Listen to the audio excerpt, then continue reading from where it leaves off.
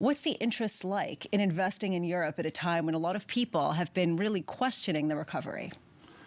In Greece, we have proved that we have tried and we have selected important international investors, and they have invested in Greece.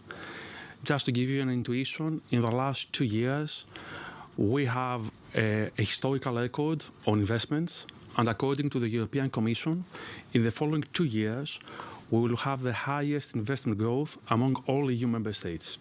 So we create the preconditions through high growth, sustainable growth, reduction of NPLs from bank balance sheets, and at the same time a credible fiscal path by at the same time implementing structural reforms in order to attract investors, significant investors, especially from the US. Structural reforms at a time when Greece is spending more to support households than a lot of other European nations through a period of elevated energy costs and just general inflation. How much pushback do you get from investors in terms of fiscal spending when they are concerned about inflation, they are concerned about debt in a higher rate environment?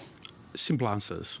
First of all, in 2022, despite the fact that we spent a lot of money in order to support the most vulnerable part of the society through targeted, temporary, and tailored fiscal measures, we have the largest fiscal consolidation process among all EU member states in 2022. And we will reverse the situation to primary surpluses from 2023 onwards. The second comment, debt to GDP. Debt to GDP is going to decrease by 50 percentage points over the period 2021-2023, the largest decrease of debt to GDP among all EU member states since 2019. So both of these figures confirm how stable our public finances are. How vulnerable are you to the ECB raising rates more than currently projected? This idea that there is a hawkish central bank, especially as we know that Greece's member of the European Central Bank has pushed back and said, no, come on, guys, go a little bit slower. This is an issue that you have to raise to ECB.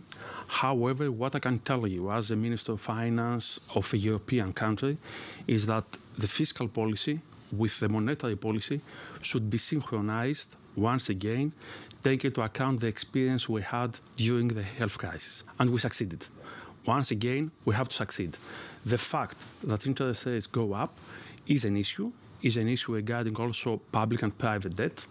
But we have to try, as Minister of Finance, to adapt the normal policies, the suitable policies, in order to minimize the risks.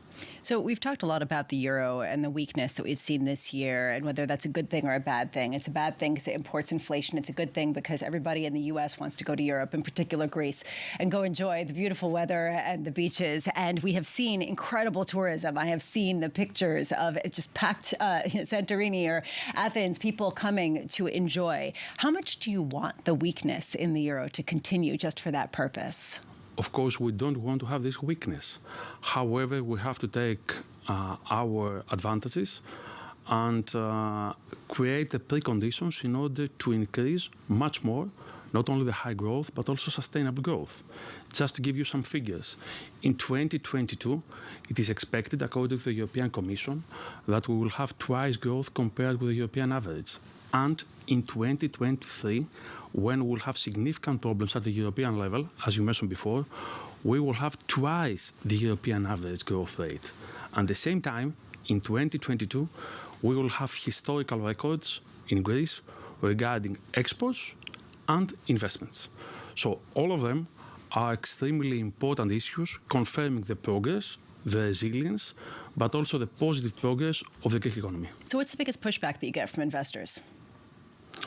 The fact that the external environment is not in favor in order to invest in Greece. The external environment. And this is an issue also for rating agencies in order to upgrade us and achieve the investment grade. We're very close to the target.